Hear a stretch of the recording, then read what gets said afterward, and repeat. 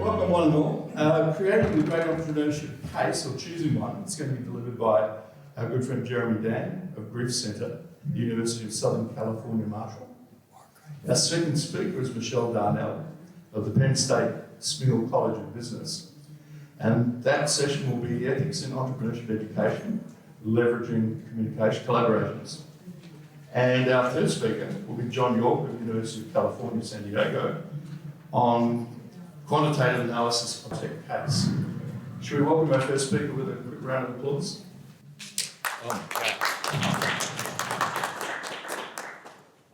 Yes, hello, I'm Jeremy Dan with the Griff Center for Entrepreneurial Studies, a couple hundred miles, about 150 miles north of here at the University of Southern California. I started our case collection, our case program, a little over 10 years ago. We have built it to approaching, hopefully this year, if not early next, 100 cases, we'll hit it this year, 100 cases and teaching notes used not only at our school where we trial them, but at schools all over the world, distributed through major distributors, and I'll talk about that in a little bit. So as we talk about cases, and specifically since we're here at an Entrepreneurship Educators Conference, kind of the sort of cases we develop and we use in our classrooms. I like to think that cases in their totality and then kind of specifically in certain cases have certain instances have certain goals. First of all, we really want to show the people involved, the personalities, the progression through their career, how they went about achieving what they did. This is actually a big part of our stock and trade, I would think, as entrepreneurship professors specifically. It's a big part of what we do, and I'm going to talk a little bit more about that later. Also, cases can show kind of organization and getting into the specifics of that organization, so it's not left at the generalization level, what I call anatomy. I was just talking with my new friend about a case we developed in our case program on the Adobe kickboxing program, which is a very widely used around the world entrepreneurship program.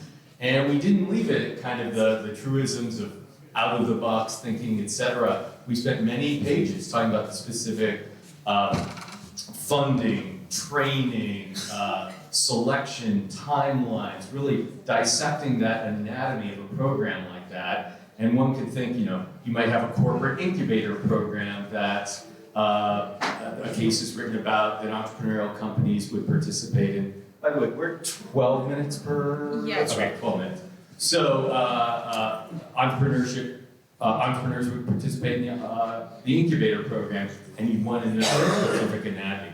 Next, industry insight, where the case and the company might actually be kind of the entry point into learning about the medical industry, or specifically about something like getting a new drug approved, and we're actually learning to get mostly knowledge about that industry. Next, analytics. We might learn about a certain type of company, but it's again the indoor to look at evaluation or look at how they use social media analytics within the entrepreneurial realm, something like that. And finally, cases that are weighted toward dilemmas and decisions. And again, some cases are going to have chunks of all of this, but you might choose your weighting. But dilemmas and decisions. Take that last 15 minutes, that last half hour of class at times. Make people make hard choices and play that role of that entrepreneur and get through those hard choices of the company. So when it comes to writing cases, I've had a number of colleagues that have worked to get involved that really stress about writing long cases and say, I want to keep a 4-page case. I think our students will indulge us a little more if we're doing things that they're very, very interested in, and we can engage them with some of the techniques I'm going to talk about later. When I launched the program, again, a decade ago, I remember being concerned about case length and kind of the attitude and mindset and attention span of today's students. And I was talking to kind of the dean of North American cases, someone that has written over 100 cases on his own. And I was kind of thinking, oh my gosh, our main cases are kind of 12 pages. Should we be going to 11 or 10? And he goes, yeah, it's tough to write these cases at the length we used to write. And I was agreeing. He goes, yeah, you can't write that 30-page case anymore. You have to keep it down at 25, with today's students. So I was worried about getting it from like 12 to 11. He was worried about getting it from 25 to, or from 30 to 25. But they will indulge us if we give them kind of what they need for their purposes today.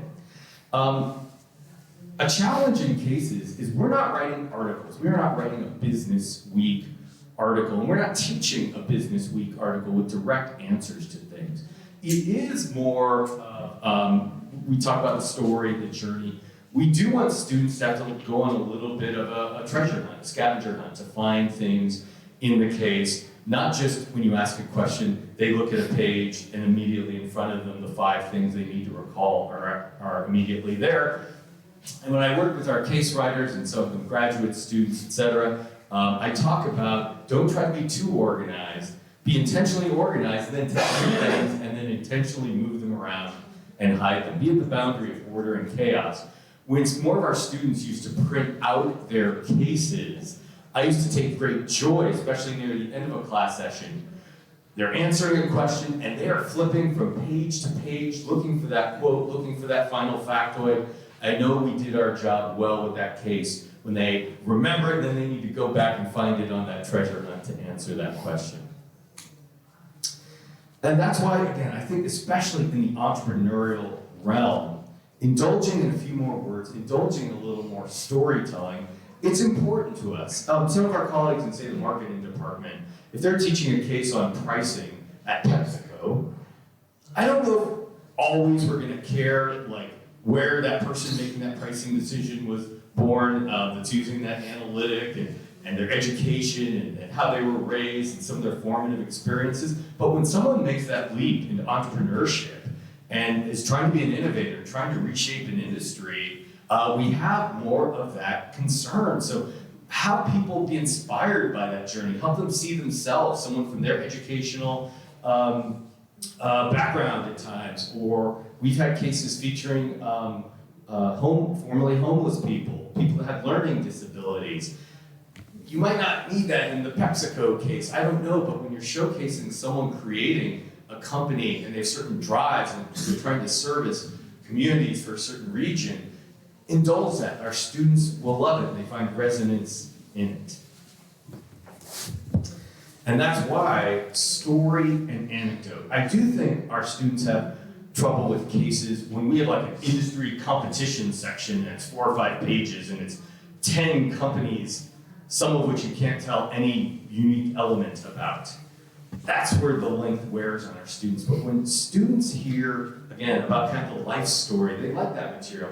When students read about like the hardest customer meeting someone ever had, and it's a page-long story, not just a one quote little nugget, they actually really start to get the nuance and remember these things. I found them to really come up to me after class and say, like, I really like this part of the case. And it was kind of a risk to spend a page and a half on something maybe another case writer might spend a paragraph on or 1 sentence on. But it just led to these new nuances that we didn't need to declare so-and-so was a great negotiator. Their negotiating skill came out in that page and a half where we kind of indulged ourselves having that extra detail and going into that anecdote. This is actually one of my pet issues, pet peeves, and that is in the case realm. First of all, there are some people who choose to write cases and have no quotes. They don't have the voice of the characters, the protagonists, even at times come through. I especially think though it's important that we in the entrepreneurial realm, people who we're showcasing, we're trying to be innovators who have a unique view on the world, that we really indulge those quotes and let them tell a lot of the story.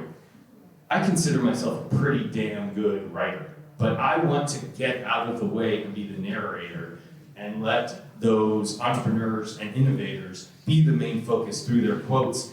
And they are their own fallible narrator in a way, in that way. I want my students to be able to debate whether the quotes are true or not. Have them all be perspective, etc. And that's where, again, one of my pet peeves about quotes is some people in cases use quotes for the wrong thing. And I think whether you're looking for a case and you want to judge, oh my gosh, does this really bring out the character of the protagonist, etc., or you're getting involved in writing cases, don't use quotes to convey, I've seen this before. Our market grew 10% last year, and our profitability is on the rise at up 3% year over year. No, that is an exhibit, or that's a sentence that you write as the narrator. We write a quote with them saying, our competitors can't resist us. We are the behemoth in this industry. We shall dominate. Have more opinion, more perspective, more attitude come through in their quotes in the case. Has anyone in this room been a part of writing a case before? Okay, great. So probably about 5 or 6. I'd encourage people to find a way to get involved. By knowing more about writing cases, number one, you might choose some cases that will better fit your course, etc. Or 2, by getting involved with other colleagues at other schools, etc. Sometimes you might have a great case lead from your geography, and they might want to work with you in the case collection that they have. I was honored to be asked to be a part of the 100th anniversary of the case study celebration via Harvard Business Publishing last year. Anyone who's interested in getting involved with their first case 20 study. 20 seconds, Jeremy. You can check out this article that was published this last year about this. It's kind of a Larry David-esque Curb Your Enthusiasm view of getting involved in case writing. And finally, I'm kind of surprised at so many educators. Is it the last slide? Okay, I'm here all week. You can find case studies right here. If you ever see me with a backpack, I have a bunch of case studies. Steal all the case studies you can from this pile. Thanks, Jim. Sorry about that. And we're moving straight on? All right. Thanks. Wow, now that I know that that's a really hard stop, I'm going to be very nervous about all of this. That's your first 15 seconds. Whoa! I got you fishing here. Thank you all for coming this morning. Jeremy, it was great that I followed after you because he talked about one of his colleagues wanting to go from a 35-page to 25 or 30 to 25. You want to bring it down even further than that.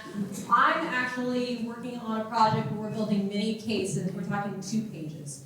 So to give you a little bit of context, I am not an entrepreneur. I'm not trained in entrepreneurship. My area of expertise is in business ethics and social responsibility. And one of the things that we're doing in our center is we are trying to embed in a very effective and pragmatic way opportunities for students to be thinking about their ethical responsibilities and the responsibilities to society in their entrepreneurship programs. So one of the things that we are focusing on is that this integration of ethics and social responsibility needs to do a couple of things. One, we want to be very strategic. So when we're talking to our students about ethics and social responsibility, it's not this abstract ideal, it's not this box that gets checked on the side. Rather, we want to help our students understand that this is a very strategic approach, right? So we're moving beyond this, like, you have to satisfy these social responsibilities to be able to have this license to operate as a business. No, if you want to be strategic in your business operations, you need to be thinking about how you're treating people both within your startups, but also what society is expecting of you and what opportunities exist for you there. We want it to be very pragmatic. So when I'm talking to entrepreneurs, when I'm talking to business leaders, one of the things that they're concerned with is nobody's going to be sitting in a meeting where we're talking about these abstract ethical theories. We need to get things actually done. So it needs to be very pragmatic, and we need to make sure that our students are developing out those skills, critical thinking skills, leadership skills, interpersonal skills, where they're actually going to be effective, responsible leaders. And then the other thing that we are working on is that we're trying to balance both a curricular approach and a co-curricular approach. And one of the things that I have learned over time alongside some of my colleagues is that cases work really, really well.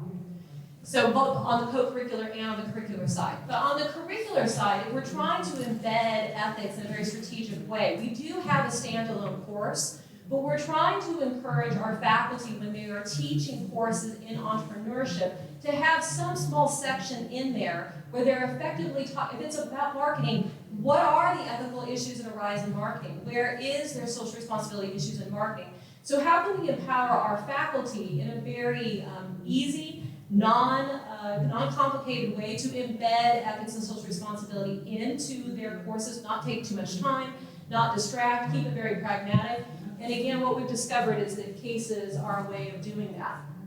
So we're working with entrepreneurs. So these cases that we're developing now, we're just starting. So I'm from what's called the Terra Center for Business Ethics and Social Responsibility at Penn State, and we have been in operations for 3 years now. So this is a very new organization, a new center that we're developing, but we're working with entrepreneurs themselves. So these cases are not written by, for example, me or my faculty peers. We serve as ghostwriters or second authors or third authors. The cases are actually coming from entrepreneurs when they're talking about, or leaders, where they're talking about these are the issues that they have faced. They're very contemporary, they're very short, right? So we're not doing a significant amount of research built into the case itself. It's more of a, this is what we are experiencing today at work. It's not clear that there is an answer. We're still trying to figure this out. Or this is very new technology. We don't know what the consequences are going to be. But we need to start having these conversations, and engaging the students in those conversations early on seems to be very effective, because we're talking about topics that the students are interested in. But this is also an opportunity to be engaging entrepreneurs and other friends of your college, other community members, to come in and actually interact with the students as well. So I have worked with these two individuals, Ganis and Charlie, and those QR codes will link to their LinkedIn pages. So if you're interested in connecting with them, neither of them could join at this conference today, but I worked with them, and basically Ganis especially was interested. He's an entrepreneur. He was interested in trying to have more of a connection in academic environments, where he wants to teach courses, but he sees that there's value there. So he reached out to me and said, I want to do something, what can we do? And I said, well, have you faced any ethical issues? Or in the businesses that you consult for, have you seen issues arise that maybe we can discuss? And he said, yes, absolutely. I said, great, write a paragraph, send it to me, and then let's see where this goes. And it's turned into a case, and we brought on Charlie as well, who has had similar experiences on this particular topic. And we were able to, again, develop out this mini case. So my objectives with meeting you today for the 12 minutes that I have is twofold. One, I wanted to talk to you a little bit about this model that I think could be replicated. So if you are an entrepreneur and you're looking to engage in academic environments, I think that this is a way for you to quickly reach out to faculty and say, hey, this is a way that I'd like to get engaged.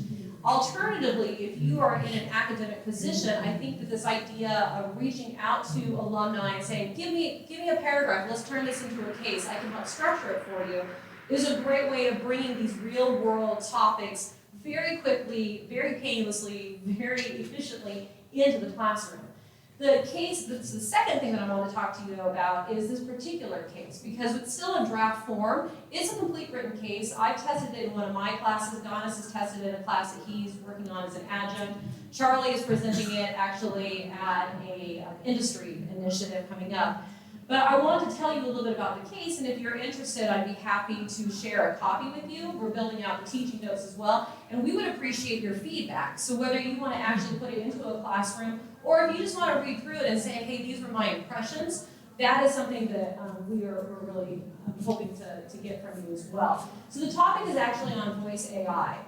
And so this is something like Siri, right, where it is reading, or it is picking up data based off of voice cues. And again, this is a real issue. This is a real issue that Ganis and Charlie have experienced. And again, actually this originated with Ganis with a company that he was consulting for. So this is fictionalized, right? But it's based off of a real scenario. So in this fictional scenario, this program called Amiga was created. And Amiga is an artificial intelligence process that was able to develop a strong database on their employees based off of voice clippings, right? So it would record things. Over time, Amiga was able to also connect up these voice signals with other pieces of data that were either entered into it or that this artificial intelligence was able to collect through, for example, written communications, Teams messages, emails, those types of things. There were a lot of successes with this. So for example, there was increased predictability of employee engagement, because we're starting to learn more about our employees. This positively was able to improve managerial decision-making about productivity and where to put people and how to train members of the organization. But then COVID hit. People started working from home, and then it was starting collecting data at home about them through voice.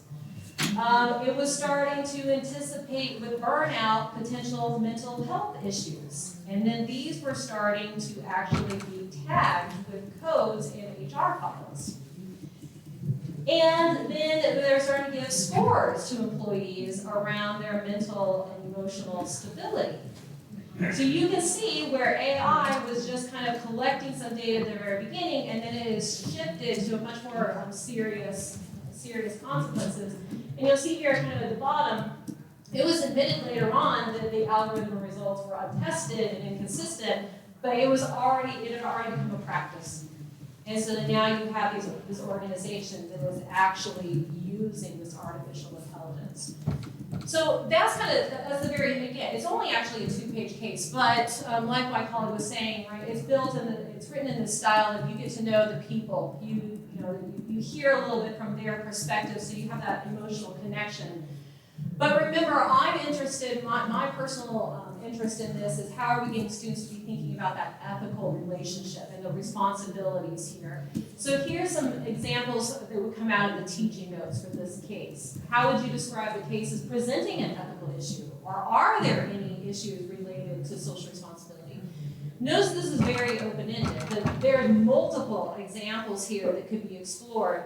And this is another one of the things that we're doing on purpose. One, because ethics and social responsibilities are very ambiguous topics. It's not that there aren't right or wrong answers, but there can be a plurality of answers here, and sometimes there's not a guarantee of a right answer. But this is also an opportunity for faculty to kind of focus on what is it of interest to them, or what are they comfortable talking about. So you could take this case and you could put it in something like an information technology class, and you could really focus on that angle. Or you could put it into a managerial class and you could focus on those types of ethical issues as well. So there's a wide variety there. So again, these are kind of examples from the teaching notes, but I've got my 2-minute warning, so I'm going to keep going because I'm going to try to avoid the book. But some of the things that that we would be asking students to do in terms of building out those skill sets, and again, this is somewhat theoretical, but hey, do a stakeholder analysis. Who are all the people who are going to be potentially affected here? Where is value being potentially created? Where is value being potentially extracted? Particularly with something like artificial intelligence, where it's increasingly becoming a part of our lives, but we don't really know exactly where we're going with it. So let's start being a little bit more proactive and thinking about all the possibilities there. I'll also kind of focus here on both the intended and unintended consequences, because as this case was particularly written, the executives had the best intention. The engineers had the best intentions here. But we could also see quickly that there was this de-evolution of how this technology was being used. There's a lot of negative impact on individuals as well. We've also trying to build this up so that there is opportunity for students to do more research. So for example, we ask in our teaching notes, hey, go back and look at what's going on around bias and artificial intelligence. What else is out there? So this could be a jumping off point. Again, it's a very mini case. This is a jumping off point for faculty to decide, well, how do we want our students to be engaging in research? What type of background information or precedents do we want them to be familiar with? Another example, do a root cause analysis of this issue. Where was the problem? Who does the problem lie with, right? It's probably not just a single individual, it's probably not a particular system. It's multiple systems coming together. We've got a number of these types of issues, and I just want to again reiterate that if you are interested in connecting with me or any of my colleagues, we would absolutely like to get your feedback and your engagement in this case. And then I'll also open it up that, hey, if you're interested in anything else, you reach out to me. I'm looking forward to it. Thank you very much. John, you're doing the biotech case. I said, really? I thought it was actually presenting some of the data from research. So luckily, this case that I'm going to be sharing with you has been accepted in global bioentrepreneurship. And what's really cool about this case is not only is it a good case for teaching, but it was actually a great learning experience for my postdocs who are the co-authors, and actually Jen Rodriguez is the lead author for this. If you want access to these slides, got a QR code as well as a link, so feel free to drop into that box. It has my presentations for this weekend. So let's dive into this. So in the beginning, believe it or not, in the beginning, this case evolved from a class at Berkeley where we were doing market planning, and we were looking at a product called Ketsana, which was actually the first antibiotic drug conjugate about 10 years ago. And we had to do a presentation that involved several quantitative things. And that's very important, because you need to know about market models, you need to know about pricing, etc. And as I got into teaching, I had the opportunity of teaching in India. I've been doing it for the last 40 years over at the Amrock School of Management in Mecca. Say that 5 times fast. And Vish Krishnan, who is a professor over at UC, brought me over and he said, John, we want to have short cases.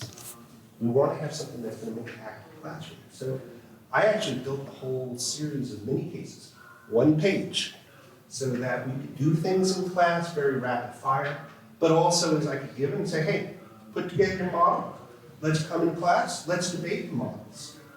Found it very educational for the students, but also for myself as a teacher. I teach ICOR, Innovation Core, National Science Foundation at UC San Diego, in the last 5 years.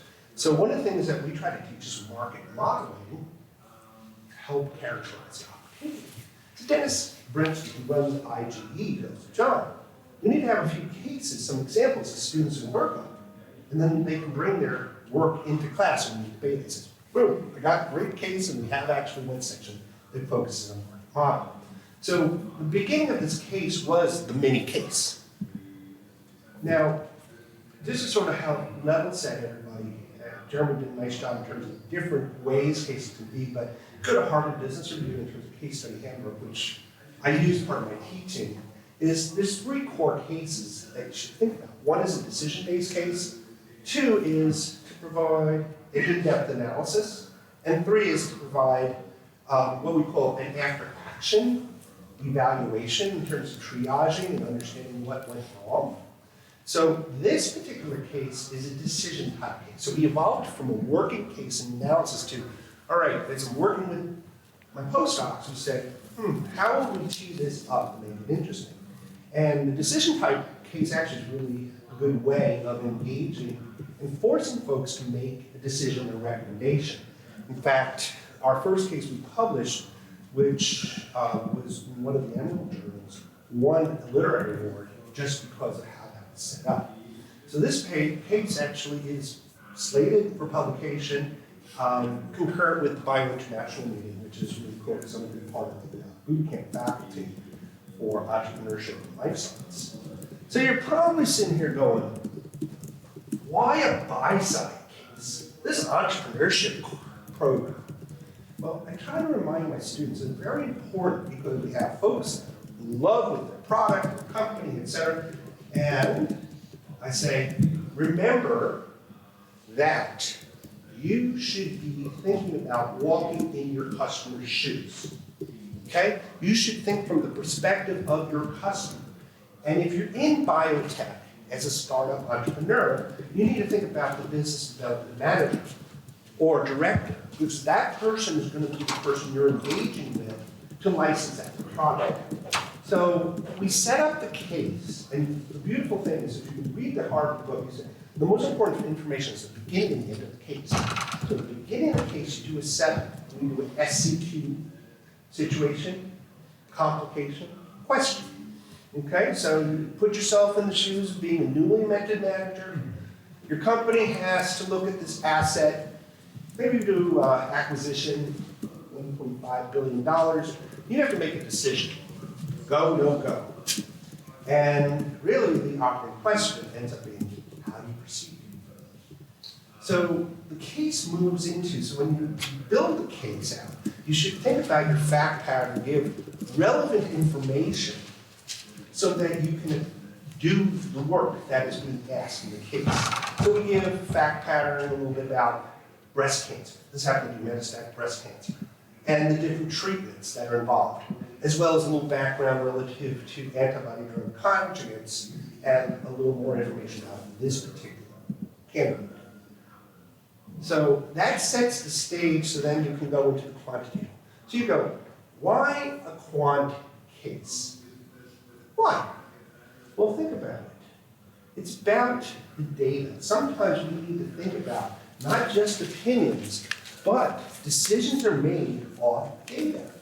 And especially in the life sciences space, they're going to look at data. And in fact, venture capitalists are going to go back and look at your data and due diligence. So what we recognized both in India as well as at UC was we need to teach some skills. So we talk about bottom up, top down. Let's give some real working cases so that they start developing the skills so you can do those back-end napkins. And I bring that over to Rutgers where I teach as well. So there's really three core pieces that we teach within this case. First is the market model. And the market model basically is broken out in terms of drug treatments and two segments. So there's one segment which is newly diagnosed breast cancer that's metastatic, and then there's recurrent. So you can break that out in terms of understanding segmentation, which is very important. Then you have to think about the next two pieces, which is the drivers.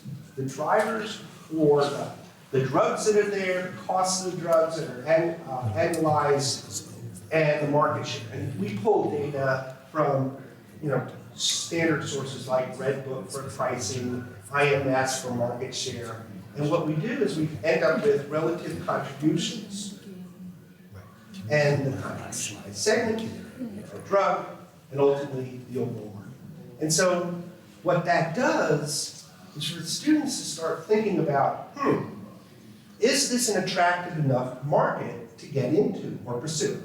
And likewise, if you're in business development, which I teach, you have to think about that when you make a business case to management in terms of, is this opportunity attractive enough? The second part of the case that's quantitative gets to pricing. And this was really fun because Berkeley, the drug Kadcyla, people were like, oh, this is way too expensive. But we used the model that Rockland Waters out of Kelley School of Business, which is a weighted price benefit model.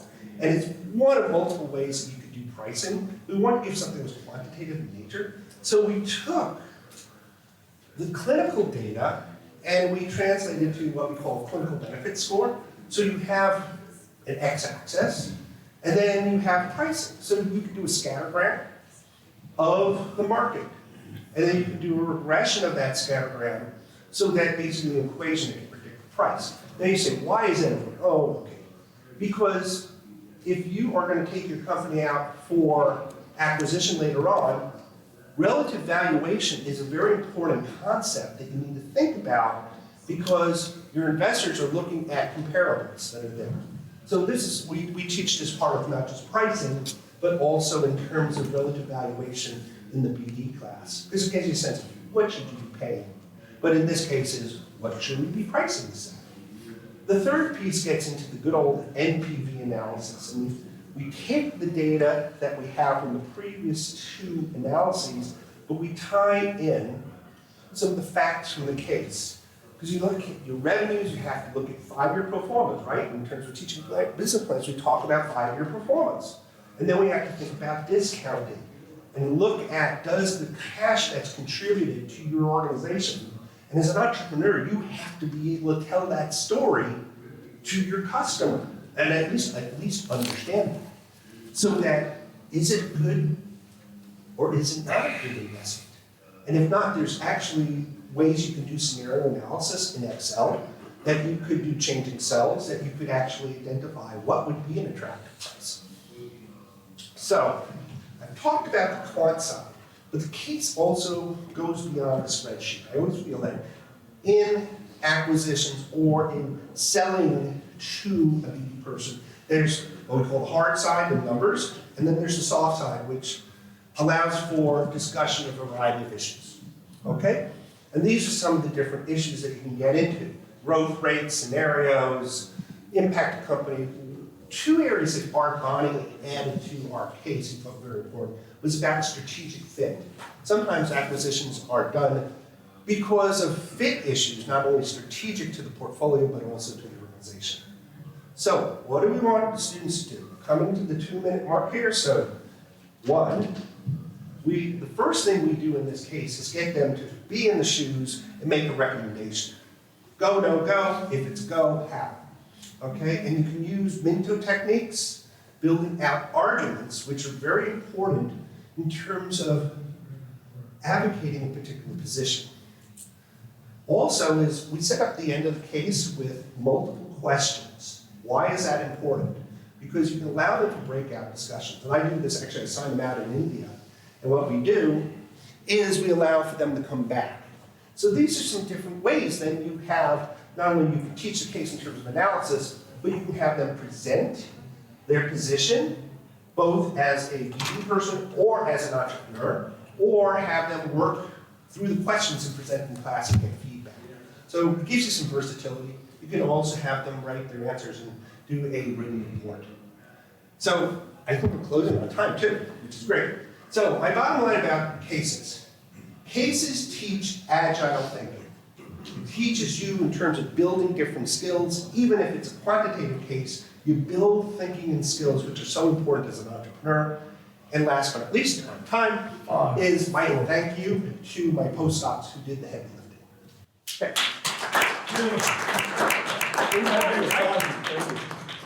Now we've got a few minutes for questions and answers. Like to ask the speakers, any questions? When I was doing case studies as a student, they present us some different cases that I won't talk about one of that I still remember 30-something years ago. It was Model 6 and Model 8. It was a case about the motor industry.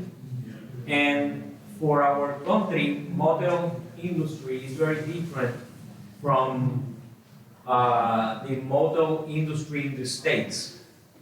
How can you get those cases that are written for some specific places or some specific segments or markets and make them happen correctly in your country? When I talk with people that might be writing for our case program, things need to work in both Brentwood and Buenos Aires, Barcelona, and Beijing. You know, you need to have a self-sufficiency of cases, number one. So it gets a little bit to the length that, you know, a lot of people might have assumptions about the operations of the US auto industry. And so you might think, oh, I can have a short section in a case. But over-deliver in maybe the exhibits then that students don't have to read, but it's an extra resource that someone teaching in Mexico or Malaysia could point out to their students during the class or before. The self-sufficiency of cases is some of what gets to adding some extra length. A lot of our professors, as they start to work on them, they say things like, oh, I have a little extra thing I provide, or I can talk them through anything they don't know, or the entrepreneur is coming to my class, which I know is not exactly what you're asking. But we need to overinvest a little bit in extra resources in the case itself, often in exhibits. The teaching note can also be a great resource if you don't want to do that. Sometimes we put stuff, we have 100% coverage. Maybe some programs have like 50% of their cases with teaching notes. I really encourage everyone to do it, and it could especially be good for something like this. We have some pages like, feel free to post this slide, or feel free to put up this extra chart in your class. If you're in America, you might not need it, but if you're in other countries, you might. So it is very important to portabilize these things. I'm going to comment from the standpoint that I do that. This case that we had actually been taught for about 3 or 4 years in India. And so I was getting routinely feedback from the students as well as from faculty. And as we wrote up the case, actually I sent it out to my faculty over in Ahmedabad, saying, hey, how will this fit? And there's some distinct differences that exist between India and the US, but the core to the case in terms of decision-making and constructs such as the models definitely apply whether it is in the US, whether it's in Latin America, or whether it is in Asia. So this is actually for any of you. Do you have cases regarding open source AI, ChatGPT? Anybody have those? I thought you were going to go there with it. You know, and that, by the way, that was an awesome example, and you know, kind of frightening, right? So, any cases? That is one of the topics, and so if you're interested, I can point you in the direction of a LinkedIn group that I co-manage on ChatGPT and business education. And there's a lot of resources being shared that way, and that is actually one of the topics that I'm also currently working on. But I think that what I'll also say is that you can see that there can be like themes. My long-term goal is that we're going to be developing a library where we can say if you want to do something around artificial intelligence, broadly construed, this is how you do it. And I would say with ChatGPT in particular, there's a lot of interest going on with kind of the so-called fourth industrial revolution. How are jobs changing and how are we helping our students kind of change to adapt to that? But then also, again, on the ethics side, helping students understand that there are right and wrong times and uses for artificial intelligence which will be applicable in their professional fields, but they need to start thinking about it now as a student. So not only in this academic kind of abstract working through a case, but what decisions are they making right now as a student, and how can we write cases where they're also understanding that? So as an example, we write cases for our students in our first year seminar course, and next year that case is on ChatGPT. And then there's what are you doing as a student with ChatGPT, and here's an example of what's going on in industry, and all of our first year students are required to go through that. That's awesome. Thank you. I just want to say thank you for the idea, because this is so new of an area and it touches so many different aspects. It gives us an opportunity to look at from different lenses. So this now prompts me to go back to my colleagues over at Rutgers and say, this is a new phenomenon. How do we use the lens of the pharmaceutical and biotech business and the impact of, say, ChatGPT relative to drug development? So that may then become a launching ground for us to then use that with some of our postdocs to create the next paper. It has so many different contexts, and then when you talk with students about robotics, and you know, they're afraid they're going to graduate and not have a job at this point. They're very forward thinking, and I think everything you mentioned is very apropos. The money move would be to get up with the projector and have ChatGPT write the ChatGPT case live in class, given student questions and configure it. But that is not a limitation. You can view it as a limitation, but maybe an opportunity. Cases are a medium-term solution, right? They say what journalism is the rough draft of history. Cases are the semi-polished rough draft of business history in a way. And we need that rough draft from day to day. I'm a big case developer and speak on it and write on it and stuff like that. But there's certain things, you know, we should have more tools than that. Grab the Quick Fast Company article, grab the headline, admit you and your students are learning together, talk about it. I embrace that as well. Talk with my colleagues of, can we get a case on this that's not going to be outdated in 6 months? We wrote one early in our program about social media analytics, and I felt it was already outdated for the social media analytics part before we published it. It did have some entrepreneurial elements that were no evergreen. So there's timely and there's timeless. The timely stuff was done within a year. The timeless stuff, it's still taught a little bit, but the ChatGPT and AI stuff, it's moving so fast. I would personally do it more with an assemblage of articles from semester to semester. So one of the issues that we have with cases, right, is the lag time, the timeless versus timely issue with cases of the common concert of professors still teaching stuff that was published circa 1995 on Walmart in a given case year after year after year. It's their kind of wheelhouse and the go-to.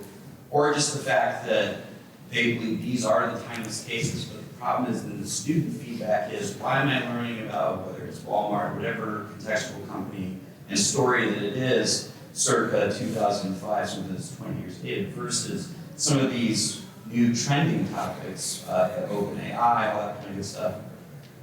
How do we do a better job of kind of the speed to market of what's relevant versus not. If we go on HBR, or not HBR, Harvard Business Publishing for the cases, is there an issue with the publication lag time, or is it just the volume that's coming through, the access to the company in a timely way, the time to publication, or is this an issue that you guys have found solutions to? Can I comment on that? The first case we did took us literally well over a year to get published. Okay, and we had responded to our peer review. We went into peer review. So we know the trials and tribulation of peer review. And sometimes you can have spider webs crawl up just because of not only the review process that goes on, but when we did the CVS case, we had to wait 6 months for the editor to finally approve the changes, and then another 6 months for the journal to actually get it into print. So that's one of the issues. So my strategy has been to look for alternate journals that will allow me quick access. So I have a working relationship, for instance, with Art Bonney, who was at JCB and now has Global Bio-Entrepreneurship, because my sense is that as I get on new things quickly, I want to get them into print because I want to bring them back to the classroom quickly. Thank you very much. And that brings us to the end of the session. Please say that to the